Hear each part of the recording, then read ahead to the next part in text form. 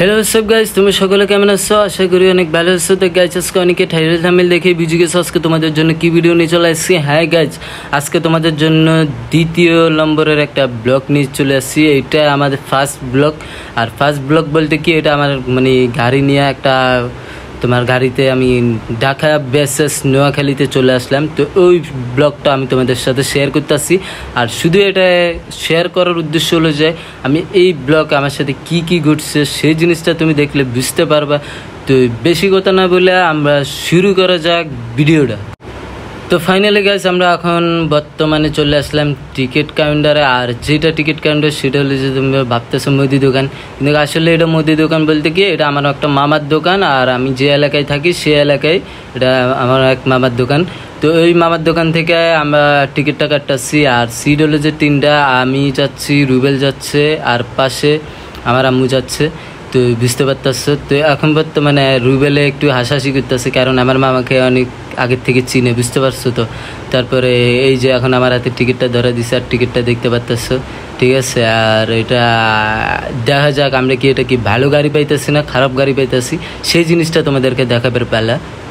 তো গাইস, এখন আমরা অটোতে উঠে গেছি ফাইনালি। তো এখন রুবেলে দেখতেছি যে প্রায় মোবাইল ফোন টিপে করতেছে, আর গার্লফ্রেন্ডের সাথে কথা বলতেছিল, ঠিক আছে। আর কি বলবো, রাস্তা অনেক অন্ধকার।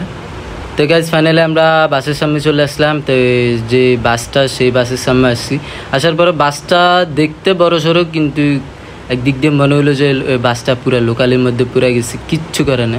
তো গাইজ ফাইনালি আমরা অনেক কষ্ট মষ্ট করে আমরা প্রায় তোমার 5 ঘন্টা ঝান্নিন করে ঢাকার ভিতরে, তারপরে যায় ফাইনালি আমরা কুমিল্লাতে আসি গেছি।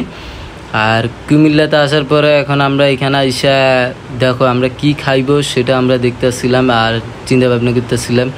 আর রুবেলকে বলতেছিলাম যে আমরা কি খাবো। রুবেলে তো পুরো আউটে গেছে, আর কি বলবো।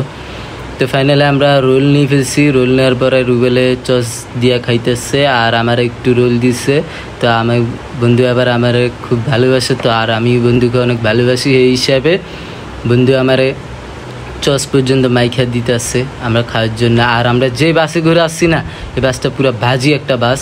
5টা ঘন্টা লাগছে শুধু কুমিল্লা আইতে। আর আল্লাহ জানে আমরা সোনাপুরে যাইতে, নোয়াখালী সোনাপুরে যাইতে আর কতক্ষণ সময় লাগে, সেটা হলো যে আমাদের দেখার পালা, এছাড়া কিছু না।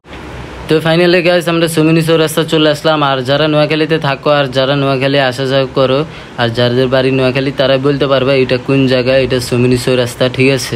সবাই এটার উপর দিয়ে যা আর এটার উপর দিয়ে আসে, এই হলো কথা।